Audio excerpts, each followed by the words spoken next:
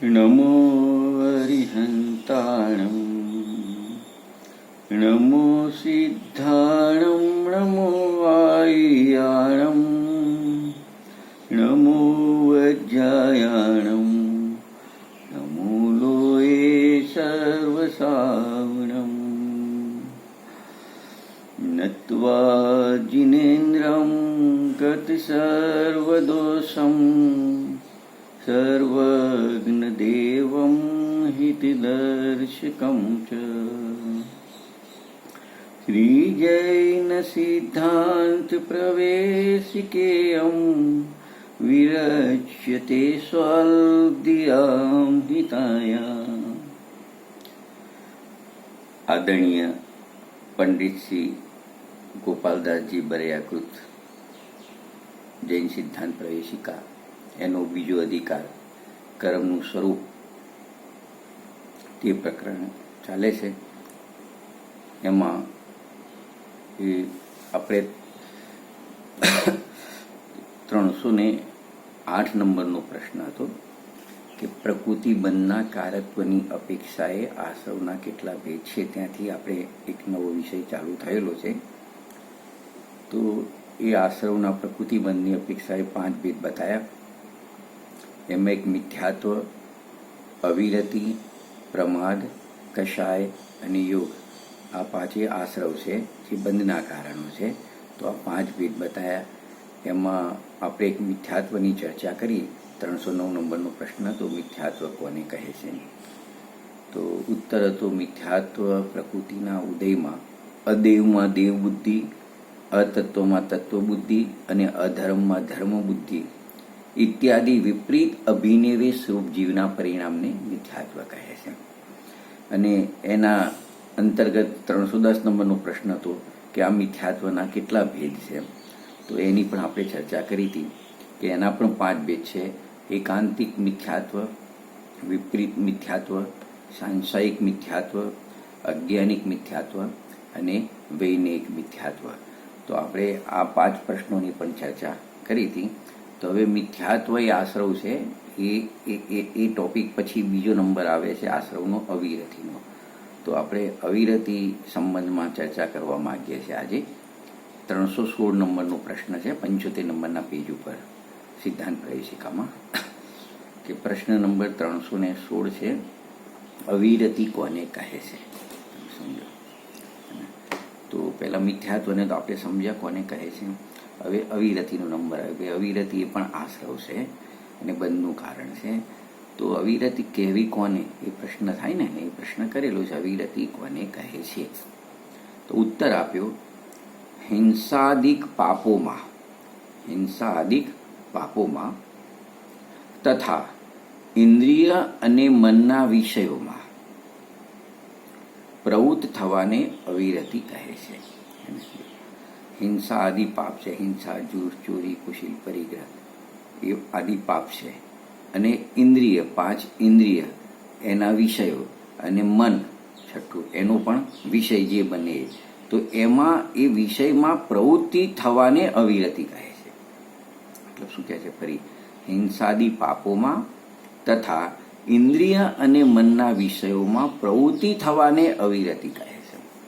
કે આ જીવની અજ્ઞાન મિથ્યાત્વ સહિત અનાદિથી એક મિથ્યાત્વ તો છે જ, અનાદિ મિથ્યા દ્રષ્ટિએ, પણ સાથે સાથે એક આ પણ પાપ છે, અવિરતિ નામનું પાપ છે। અવિરતિ નામનું પાપ કે એને હિંસાદી પાપોમાં એની પ્રવૃત્તિ છે, 5 ઇન્દ્રિયોના વિષયમાં એની નિરંતર પ્રવૃત્તિ બની રહે છે, અને મનને પણ અનેક પ્રકારના વિકલ્પોમાં એ લગાવે છે। તો એ મનને પણ પરમા વિષયોમાં લગાય અને એ સંબંધી પણ પાપ કરે છે। તો એ બધી અવિરતિ છે। અવિરતિનું નામ જ પાપ, અવિરતિનું નામ શું છે? પાપ છે।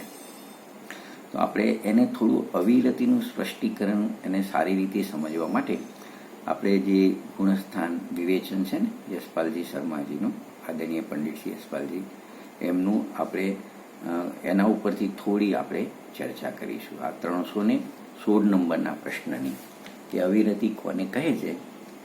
તો જો પહેલા અવિરતિ શબ્દ છે ને, અવિરતિ એમ, તો અવિરત, તો અવિરત એટલે સમજો અ વત્તા વિરત, અવિરત અ વત્તા વિરત. અ એટલે નહીં અને વિરત એટલે નિવૃત્તિ. નિવૃત્તિ નથી એને અવિરત કહેવાય. તો શાનાથી નિવૃત્તિ નથી? ખ્યાલ આવે ને? તો કહે છે કે અવિરતિ એટલે નિવૃત્તિ નથી. તો આ પાપોથી નિવૃત્તિ નથી, પાપોથી નિવૃત્તિ નથી, એ અવિરત છે. તો પછી એમ થાય કે એવા કેટલા પાપ આપણે ગણવાના? એમ આ પ્રકરણમાં લીધું ને, હિંસા આદિ પાપ કીધા, પછી 5 ઇન્દ્રિય અને મનના વિષયોમાં પ્રવૃત્તિ, એ બધી પાપની પ્રવૃત્તિ છે. તો એમને બહુ સરસ રીતે એનું સ્પષ્ટીકરણ કરેલું છે. તો શું કીધું જો? એક તો પંચેન્દ્રિય અને મનના વિષયોમાં પ્રવૃત્તિ. એક તો 5 ઇન્દ્રિયોના વિષયો અને મન પણ કોઈને કોઈને વિષય બનાવશે. સ્વસ્વય પરમાં લાગશે તો કોઈને કોઈ પદાર્થને વિષય બનાવશે. અને 5 ઇન્દ્રિયોના પણ પોતાના અલગ અલગ વિષય છે. ચક્ષુ ઇન્દ્રિયના વિષયો છે, કર્ણેન્દ્રિયના વિષયો છે, જ્ઞાનેન્દ્રિયના વિષયો છે, રસનેન્દ્રિયના વિષયો છે. તો એને આપણે પંચેન્દ્રિય એટલે 5 ઇન્દ્રિય અને મનના વિષયોમાં પ્રવૃત્તિ એક વાત. તથા આટલી તો વાત રાખી. તથા ષષ્ઠ કાય જીવોની હિંસા, ષટ કાયના જીવોથી હિંસા. ષટ કાય જીવ કોને કહીશું? કે 5 સ્થાવર, ષટકાય જીવ 5 સ્થાવર અને 1 ત્રસ. તો 6 થઈ ગયા ને? ષટકાય 6 કાયના જીવો, 6 કાયના જીવો. તો જે 5 સ્થાવર અને 1 ત્રસ, અને ત્રસમાં જોઈશું ને આપણે, આમ 6 થયા, પણ ત્રસમાં 2 ઇન્દ્રિય આવશે, 3 ઇન્દ્રિય આવશે, 4 ઇન્દ્રિય આવશે, પંચેન્દ્રિય અસંગની અને પંચેન્દ્રિય સંગની પણ આવી ગયા. એ 6 કાયના જીવોમાં બધા જ પ્રકારના જીવો આવી ગયા. એટલે પહેલા આપણે લીધું પંચેન્દ્રિય અને મનનો વિષય, તો 6 પ્રકાર તો એ થયા. અને 6 કાયના જીવો, 6 પ્રકાર એ થયા. તો હવે એને આપણે સાથે બોલીશું કે પંચેન્દ્રિય અને મનના વિષયોમાં પ્રવૃત્તિ તથા 6 કાયના જીવોમાં હિંસા જે થાય એની પ્રવૃત્તિ, હિંસાની પ્રવૃત્તિ, એટલે એનાથી નિવૃત્ત ન થવું તે અવિરતિ છે. એનાથી નિવૃત્ત ન થવું એ અવિરતિ છે. એટલે એમાં પ્રવૃત્તિ હોવી એ શું છે? અવિરતિ છે. આમ અવિરતિના કેટલા ભેદ થઈ ગયા? 12 ભેદ થઈ ગયા ને, કે 5 ઇન્દ્રિય અને 1 મન, અને આ બાજુ 5 સ્થાવર ને 1 ત્રસ. તો 6 ને 6 12 એના અવિરતિના ભેદ થઈ ગયા. તેમાં આપણે એને થોડું હજુ ખોલીએ કે સ્પર્શ ઇન્દ્રિય આદિના વિષયો.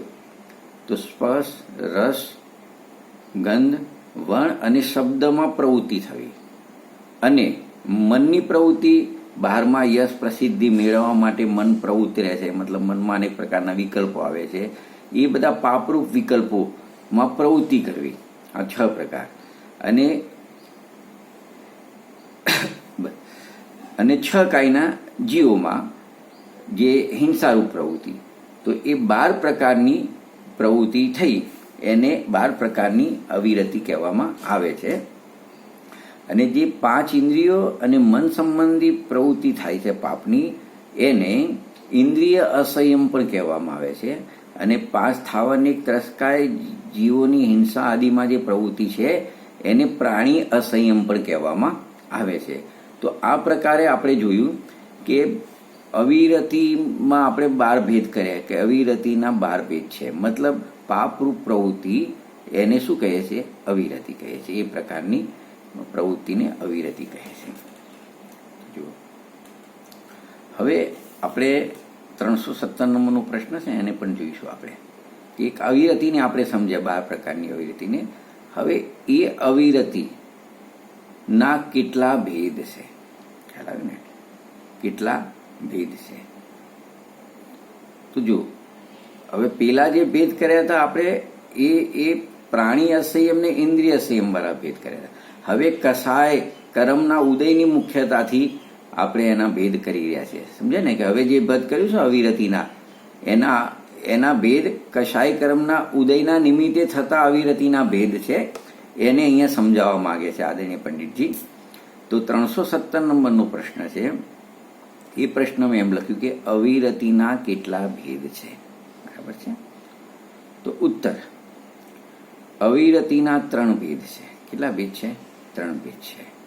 પેલા 12ને હમણાં રાખો સાથે, પણ અહીંયા જે 3 ભેદ કરે, કઈ અપેક્ષાએ કરે એ સમજવાના છે. કે અવિરતિના 3 ભેદ છે.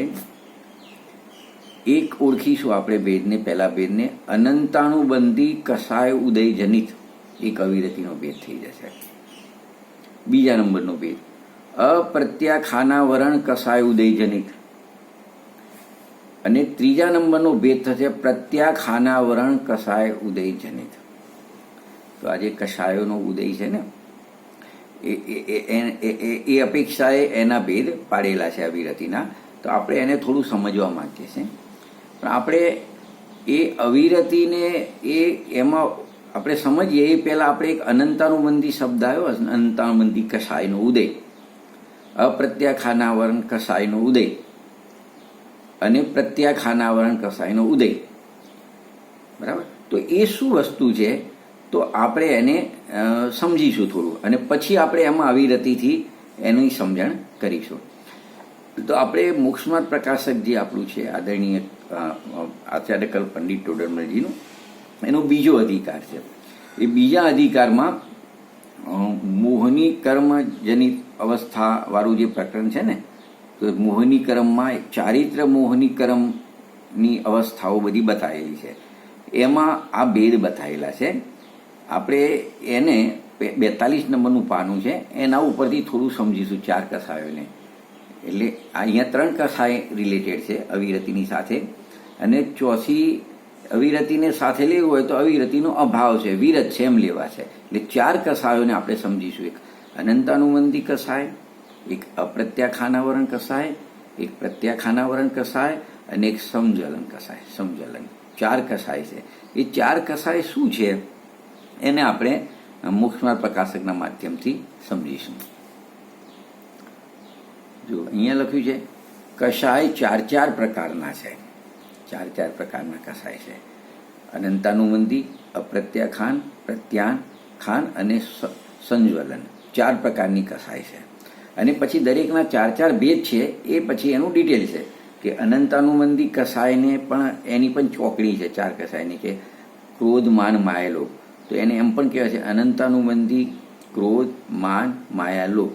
એ જ રીતે અપ્રત્યાખાનાવરની કસાય કર્મના ઉદયમાં અપ્રત્યાખાનાવરની ક્રોધ, માન, માયા, લોભ. એ જ રીતે પ્રત્યાખાનાવરની કર્મના ઉદયમાં પ્રત્યાખાનાવરની ક્રોધ, માન, માયા, લોભ. એ જ રીતે સંજ્વલન કસાયના ઉદયમાં સ્વંજલન, ક્રોધ, માન, માયા, લોભ. એટલે 4 ચોક 16 કસાયો થશે ટોટલ. આમ 4 કીધી મુખ્ય, અને એના પેટા ભેદ કરી તો 16 થશે, અને સાથે 9 કસાયો ઉમેરીએ તો 25 કસાયો થશે. તો ચારિત્ર મોહની ક્રમના જે 25 ભેદ છે ને, અને એ 25 પ્રકારની કસાયના પણ ભેદ છે. તો એ પ્રમાણે છે. તો આપણે પહેલાં એમાંથી અનંતાનુબંધી કસાયને સમજીએ છીએ કે અનંતાનુબંધી કસાય શું વસ્તુ છે.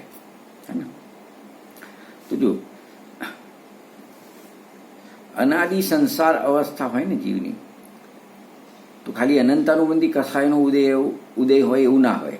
અનંતાનુબંધીનો ઉદય હોય, પ્રત્યાખાનાવરણીનો ઉદય હોય, પ્રત્યાખાનાવરની ઉદય હોય, ને સંજ્વલનનો પણ ઉદય હોય.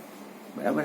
પણ ત્યાં પહેલી અનંતાનુબંધી છે ને, એટલે અનંતાનુબંધીને એમ કહીશું કે જે અનંતાનુબંધી કસાય છે ને, તો એને કઈ રીતે સમજીશું સંસાર અવસ્થામાં, કે જે કસાયના ઉદયથી આત્માને સમ્યક્ત્વ અને સ્વરૂપાચરણ ચારિત્ર ન થઈ શકે તે કસાયને અનંતાનુબંધી કસાય.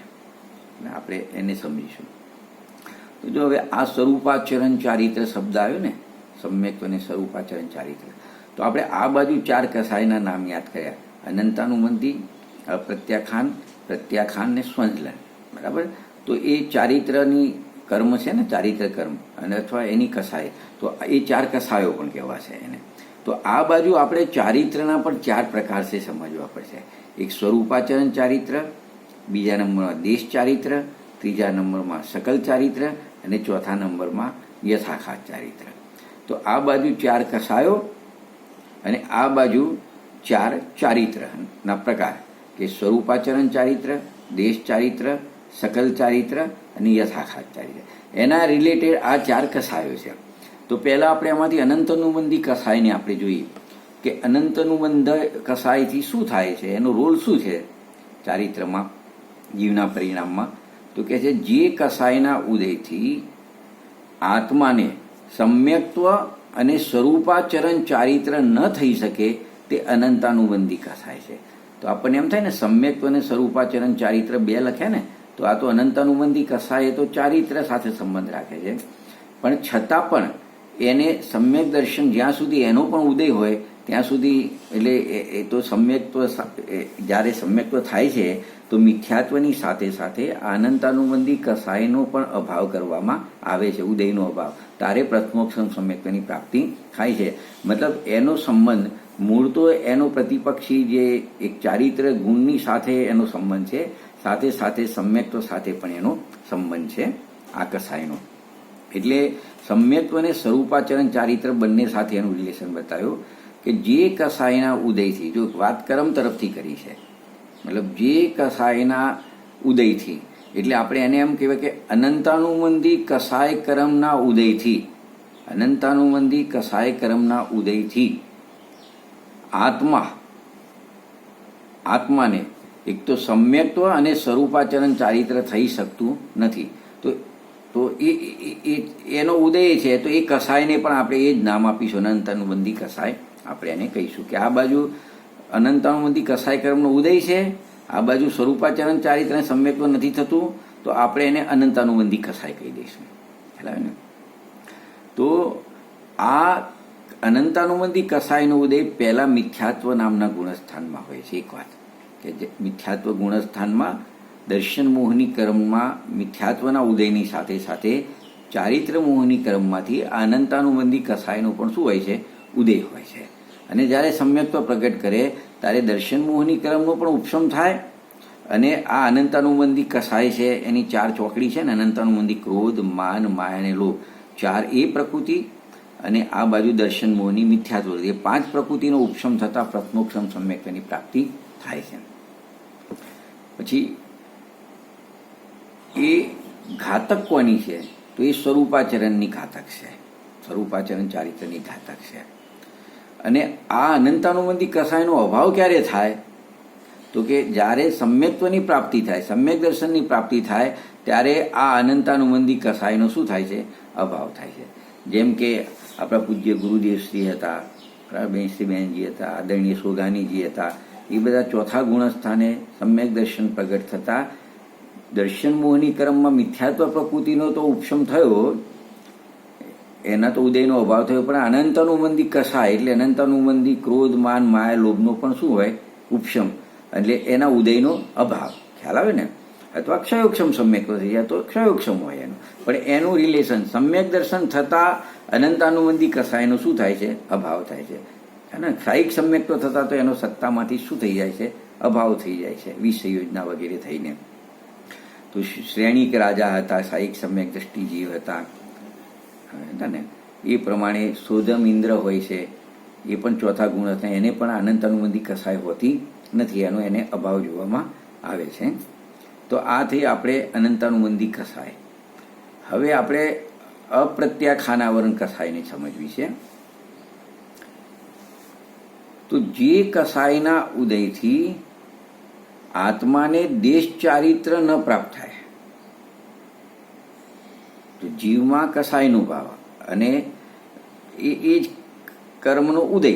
પણ આપણે અહીંયા જે કસાયના ઉદયથી આત્માને દેશ ચારિત્ર ન પ્રાપ્ત થાય તથા જેથી કિંચિત પણ ત્યાગ ન થઈ શકે તેને અપ્રત્યાખ્યાનાવરણ કસાય કહે છે. કે એક તો આ જે છે ને અપ્રત્યાખ્યાનાવરણની કસાયનો ઉદય કયા ગુણસ્થાને આવે? તો ચોથા ગુણસ્થાને અપ્રત્યાખ્યાનાવરણની કર્મનો ઉદય હોય છે.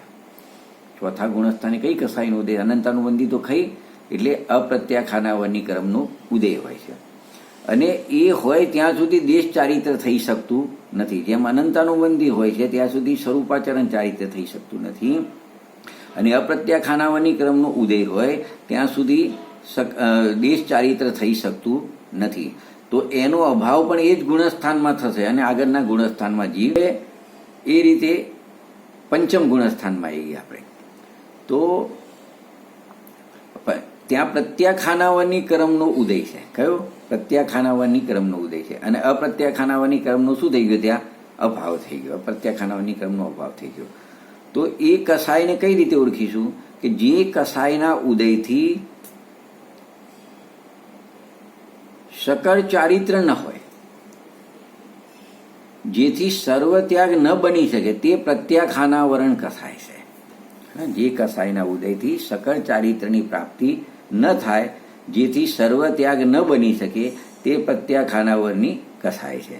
અને મુનિ દશામાં જીવ આવે છે ત્યારે આ પ્રત્યાખાનાવરની કરનું શું થાય છે? અભાવ થાય છે. આપણા જે કુનકુન આચાર્ય દેવ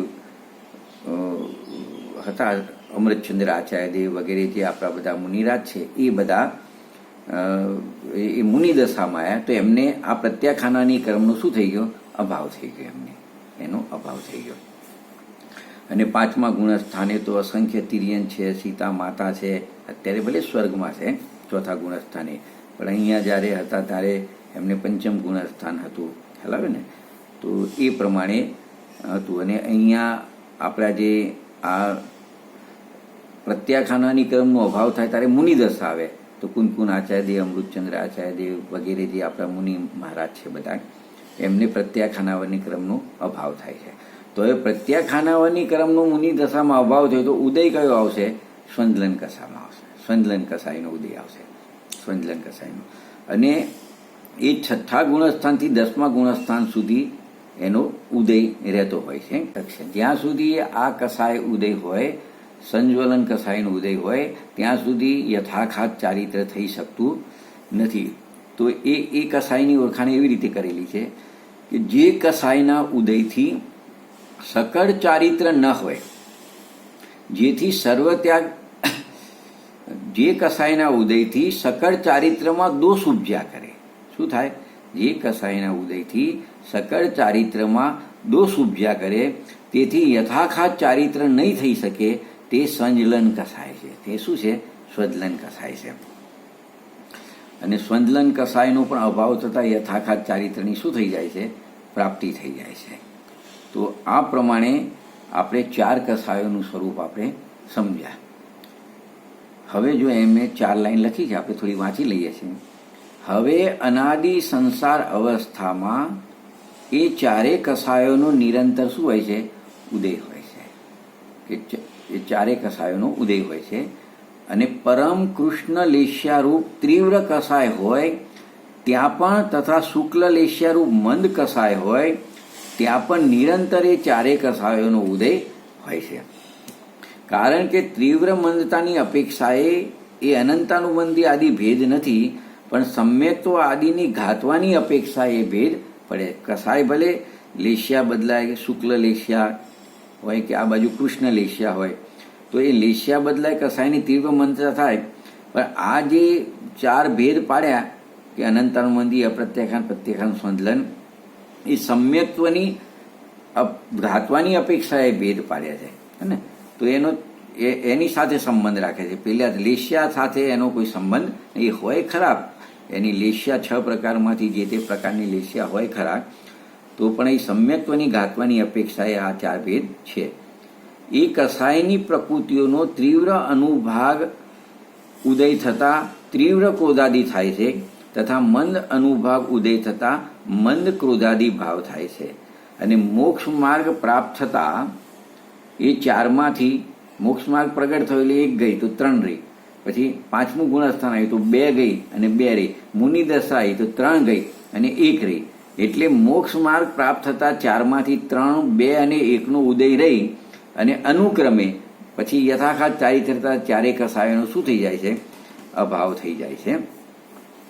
વળી એ ક્રોધાદિ 4 કસાયમાંથી અનંતાનુબંધી, અપ્રત્યાખાન, પ્રત્યાખાન, સ્વંદલન એ તો 4નું ઉદય, પણ એની જે ક્રોધ, માન, માયા, લોભ છે ને એમાંથી એક કાળમાં કોઈ એક જ કસાયનો ઉદય હોય છે.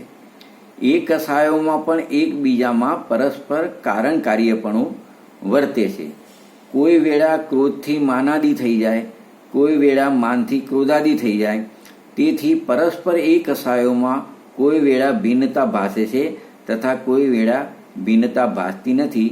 એ પ્રમાણે કસાયરૂપ પરિણમન આના લીધે થાય છે. આ રીતે કસાયનું પરિણમન હોય છે. તો આપણે અનંતાનુબંધી, અપ્રત્યાખ્યાન, પ્રત્યાખ્યાન ને સંજ્વલન શું છે કસાય એ જોયું. હવે આપણે જે આપણા જે અવિરતિના જે ભેદ કરેલા છે ને અહીંયા 3 ભેદ, એમાં એક તો અનંતાનુબંધી કસાય ઉદયજનિત એક અવિરતિ હોય છે, અપ્રત્યાખ્યાનાવરણ કસાય ઉદયજનિત અવિરતિ હોય છે બીજો ભેદ, અને ત્રીજો ભેદ પ્રત્યાખ્યાનાવરણ કસાય ઉદયજનિત અવિરતિ હોય છે. ખ્યાલ આવે ને? તો આપણે એની ચર્ચા થોડી કરવા માંગીએ છીએ. તો જો અનંતાનુબંધી કસાય ઉદયજનિત અવિરતિ છે ને, તો પહેલું ગુણસ્થાન મિથ્યાત્વનું છે અને બીજું સાસાદન ગુણસ્થાન છે. તો પહેલા મિથ્યાત્વ અને બીજા સાસાદન ગુણસ્થાનમાં આ અનંતાનુબંધી કસાય ઉદયજનિત 12 પ્રકારની અવિરતિ હોય છે. 12 પ્રકારની અવિરતિ હોય છે, કારણ કે આ 2 ગુણસ્થાનમાં જ અનંતાનુબંધી કસાયનો ઉદય હોય છે. જીવ મિથ્યાત્વ ગુણસ્થાનમાં હોય તો એ અનંતાનુબંધી કસાયનો ઉદય હોય છે, અને સાસાદનમાં પણ અનંતાનુબંધી કસાયનો ઉદય હોય છે. તો એના નિમિત્તે થતી જે અવિરતિ છે અનંતાનુબંધી સંબંધી, એ પ્રકારની અવિરતિ આ 2 ગુણસ્થાનોમાં જોવામાં આવે છે.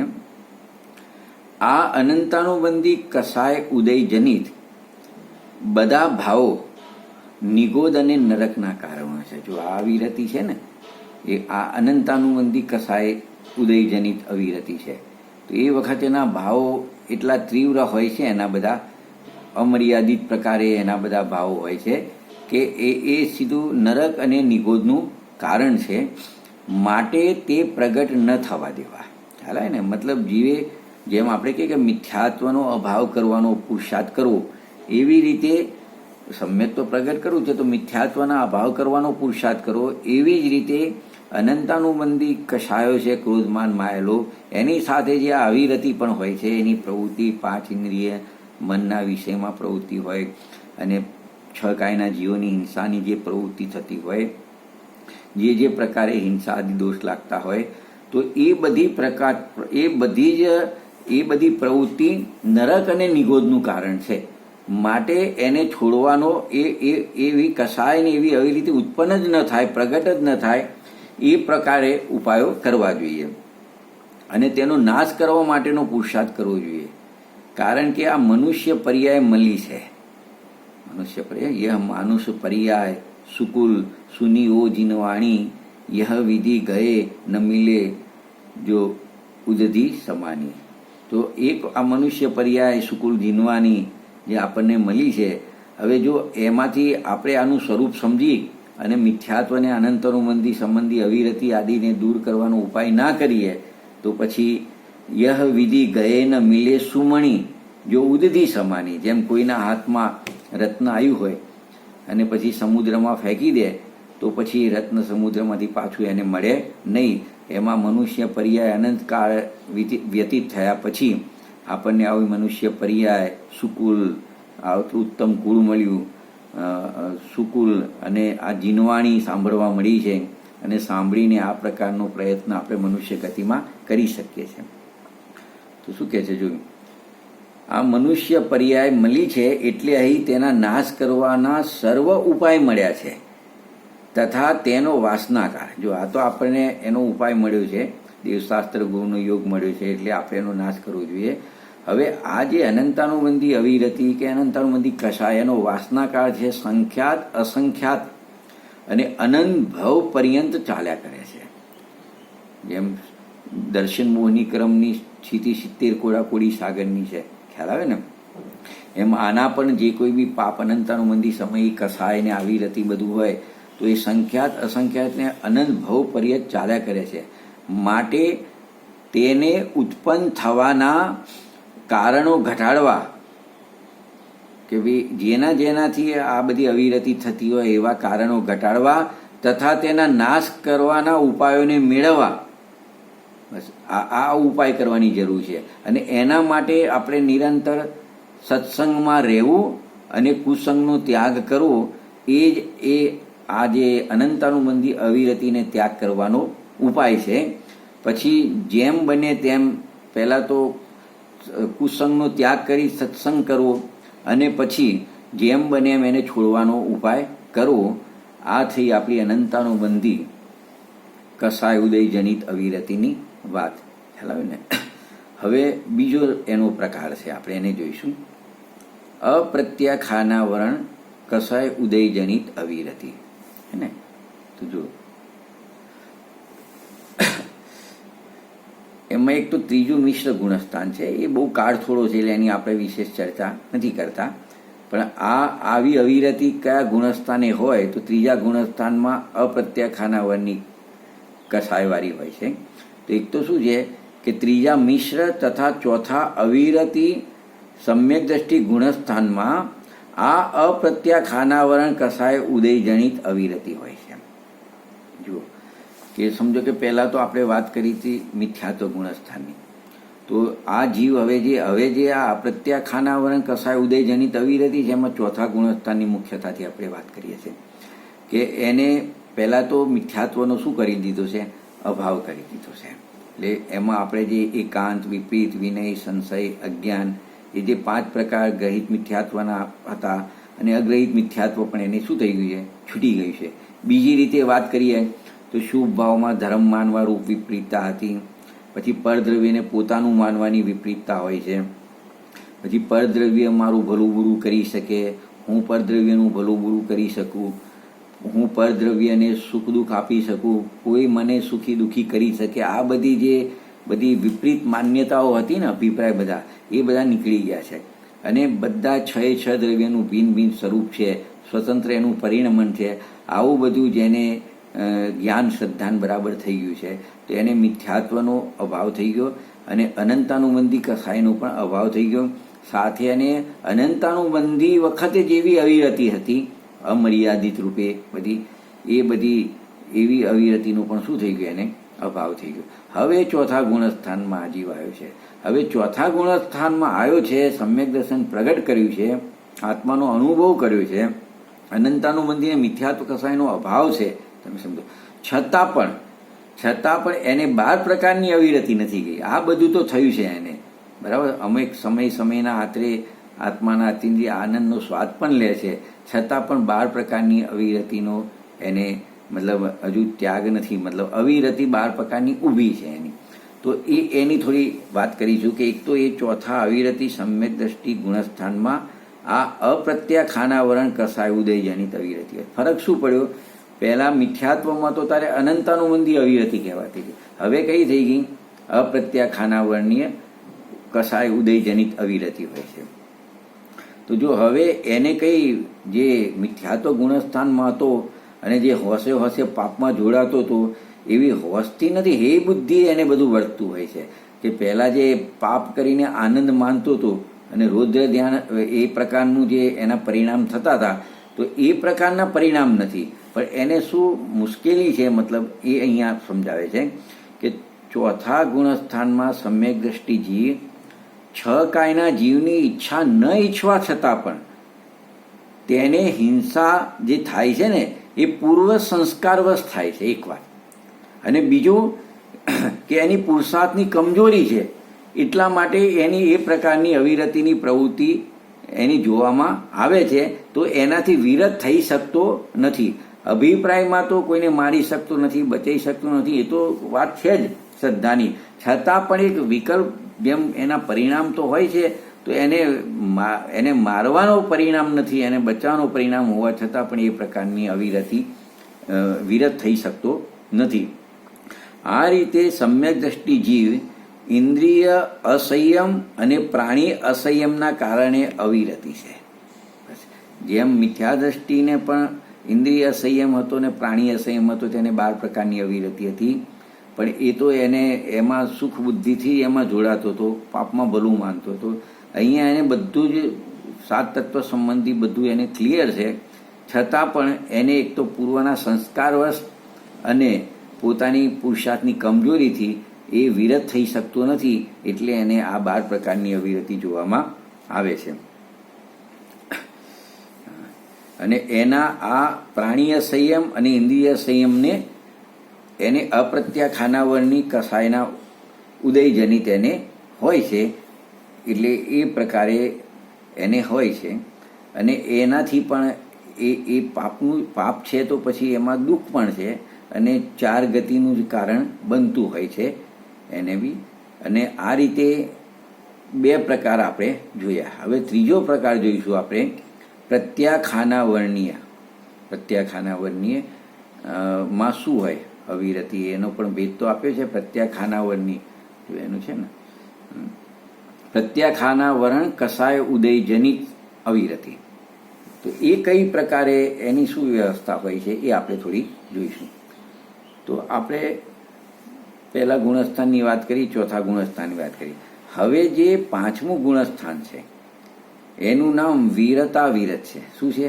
વિરતાવિરત. વિરત અને અવિરત. વિરત પણ છે, અવિરત પણ છે, એવું એનું 5મું ગુણસ્થાન છે. એટલે દેશ વિરત છે અને દેશ અવિરત છે. એટલે થોડો વિરત છે અને થોડો અવિરત છે. ખ્યાલ આવે ને? આટલો ફરક પડી ગયો અહીંયા 5મા ગુણસ્થાને આવતા, કે બધી જ પ્રકારની અવિરતિ એને હોતી નથી. થોડો વિરત પણ થયો છે પણ થોડો અવિરત છે. તો આવું એને પ્રત્યાખાનાવર્ણી કર્મના ઉદયમાં જોવામાં આવે છે. એ અહીંયા સમજાવવું છે. એટલે આને પણ એમાં અવિરતિના ભેદમાં લીધું છે. તો શું કહે છે? જો 5મા ગુણસ્થાનનું નામ વિરતાવિરત છે. એટલે દેશ વિરત ને દેશ અવિરત, એટલે થોડો વિરત ને થોડો અવિરત. આ દેશ અવિરતિનું તે પ્રત્યાખાનાવરણ કસાય ઉદયજનિત અવિરતિ છે. આ દેશ વિરત છે ને અને દેશ અવિરત છે, એ પ્રત્યાખાનાવરની કસાય ઉદયજનિત અવિરતિ છે. તેથી આ જીવ ત્રસ હિંસાથી તો વિરત થયો, તથા સ્થાવર હિંસાથી અવિરતિ છે.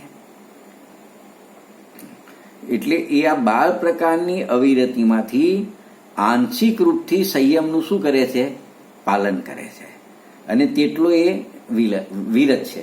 જેટલો આંશિકપણે અવિરતિનો ત્યાગ કર્યો એટલો એને સંયમ છે, અને જેટલો અવિરતિનો ત્યાગ નથી થઈ શકતો એટલો એને અસંયમ છે. એટલે આ ગુણસ્થાનને સંયમ પણ કહેવામાં આવે છે. અને જેટલો વિરત થયો અને થોડો અવિરત છે માટે વિરતાવિરત પણ કહેવામાં આવે છે. અને આ જીવને 2 કસાય ચોકડીના અભાવપૂર્વકની વિતરાગી દશા હોય છે, તેથી તેને દેશ ચારિત્ર પણ કહે છે. 2 કસાય ચોકડીના અભાવની વિતરાગતા છે એટલું ચારિત્ર પણ છે, તો એને દેશ એટલે થોડું ચારિત્ર, દેશ ચારિત્ર પણ કહે છે. અને આ જીવ 16મા સ્વર્ગ સુધી જઈ શકે છે. આ જીવ 16મા સ્વર્ગ સુધી જઈ શકે. આપણે ચોથી ડાળ છે ને છટાડાની, યો શ્રાવક વ્રતપાલ સ્વર્ગ 16મ ઉપજાવે. યો શ્રાવક વ્રતપાલ એટલે નિરતિ 4 પણ આ શ્રાવક વ્રતનું પાલન કરે 5મ ગુણસ્થાનમાં, અને એના ફળમાં એ 16મા સ્વર્ગ સુધી ઉત્કૃષ્ટ એ ત્યાં સુધી જઈ શકે છે. એ જો ચોથા ગુણસ્થાન ને 5મા ગુણસ્થાનમાં શું ફરક છે? કે જો જે 3 કસાયને છે જ આપણે જોઈ લઈએ. અનંતાનુબંધી કસાય ઉદયજનિત છે, એની અવિરતિ છે એ તો અમર્યાદિતપણે હોય છે, એને કોઈ વિવેક જ હોતો નથી. ચોથા ગુણસ્થાને આવ્યો, જો એના પરિણામોની કેવી વિચિત્રતા છે. તમે જુઓ કે સમ્યક દર્શન થઈ ગયું છે, વચ્ચે વચ્ચે યથાયોગ્ય કાળ જવાથી એને આત્માનો અનુભવ પણ થાય છે, એને ગ્રહિત મિથ્યાત્વ અને અગ્રહિત મિથ્યાત્વનો અભાવ પણ કર્યો છે, અને અનંતાનુબંધી કસાયનો ઉદય નથી એટલે એના અભાવમાં એને આંશિક વિતરાગતા પણ પ્રગટ થઈ ગઈ છે. જીવનમાં અન્યાય, અનીતિ, અભક્ષણ એ બધું છે નહીં, એનાથી રહિત છે, અને અનંત સંસારને શાંત ને સીમિત કર્યું છે. તો પણ એને અપ્રત્યાખાનાવર્ણી કસાયના ઉદય જનિત 12 પ્રકારની અવિરતિ હોય છે. બસ એટલે એને પ્રાણી સંયમ અને ઇન્દ્રિય સંયમનો અભાવ છે, માટે એને અવિરતિ કહેવામાં આવે છે.